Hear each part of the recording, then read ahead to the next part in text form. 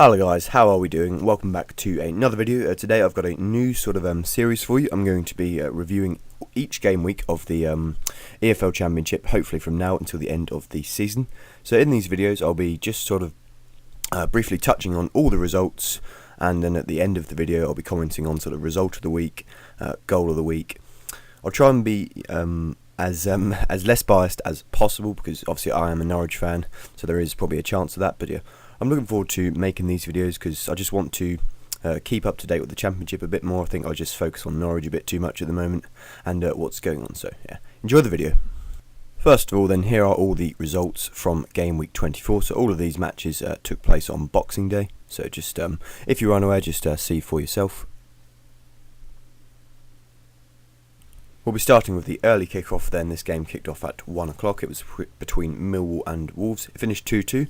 Millwall took the lead through Lee Gregory, and then 2 goals either side of half-time from Diogo Jota and Saiss gave Wolves the lead, but Millwall struck back late on in the game to rescue a draw. So it was a decently contested game by the sound of it, and continued Wolves' unbeaten run, as well as Millwall's good form at home. So Millwall travel to host QPR next, and Wolves travel to Bristol City in what could be a very good game. Birmingham's miserable run continued at the hands of Norwich this time. It was an important win for the Canaries, Alex Pritchard and James Maddison with the goal. So Birmingham, it means they stay rooted to the bottom of the table, and Norwich does move them up to 15th, but they're still about 10 points or so off the playoffs. So Norwich travel to Burton on the 30th, and Birmingham host Leeds.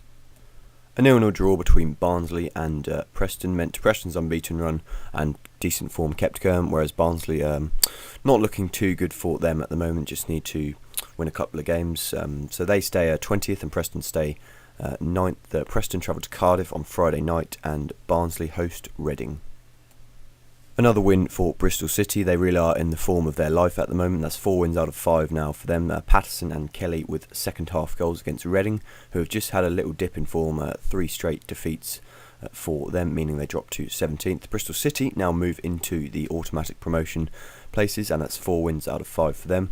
And now they host Wolves on Saturday night, 5:30 kickoff, I think, in what will probably be the crunch game of the season. Leeds made it 4 wins in a row with a 2-1 win at Burton. Both teams actually went up as of this result because Sunderland lost by 3 goals to Sheffield United, so Burton actually went up a place. So it's looking pretty good for Leeds. They just moved into 5th now on, I think, 42 points. So yeah, they're maintaining a decent playoff push, and they travel to struggling Birmingham on Saturday, whereas Burton host Norwich. Fulham showed some of the form that they showed last season to stun Cardiff at Fortress, the Cardiff City Stadium, where Cardiff barely conceded a goal and they've barely lost a game there. They put 4 past them. They were 3-1 up at one stage, and then a goal in stoppage time from both teams meant that it finished 4-2. So Fulham's starting to look a bit better for them, 3 wins out of 5, whereas Cardiff, that's a couple of defeats in a row now, and they do slip out of the automatic promotion places.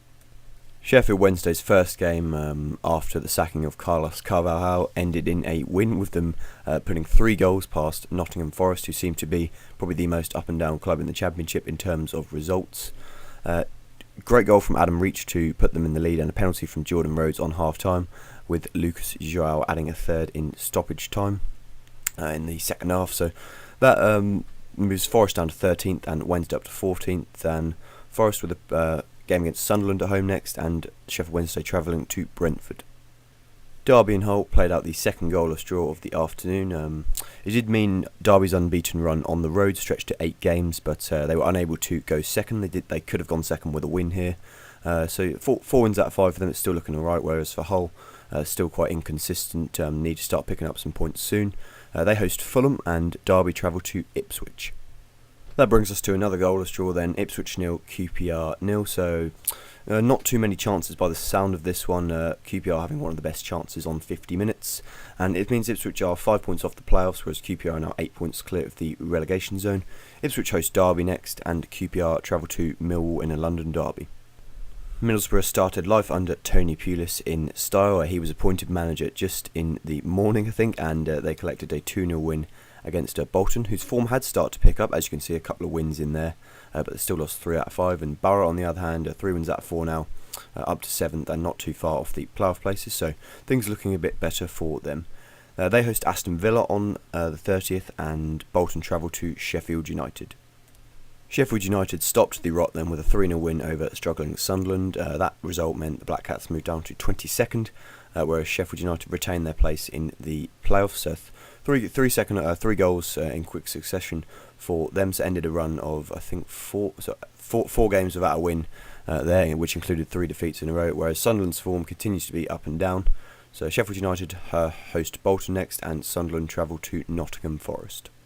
The final game of the day on TV was Brentford against Aston Villa. Brentford won 2-1, goals from Romain Sawyers in the first half. Villa did equalise through Josh Onomah, but Brentford regained the lead in the second half through Lassavibe, who's now scored 5 goals in his last 4 games. So a good run of form now for Brentford, whereas a bit more worrying for Aston Villa. They're now over 5 games without a win. Brentford host Sheffield Wednesday on the 30th, and Aston Villa travel to Middlesbrough. Well, this is what it did to the table then. So Aston Villa dropping out of the top 6, Sheffield United moving back in. And in the bottom half, Sheffield Wednesday moving up to 14th, but not too much change as far as concerned at the bottom of the table.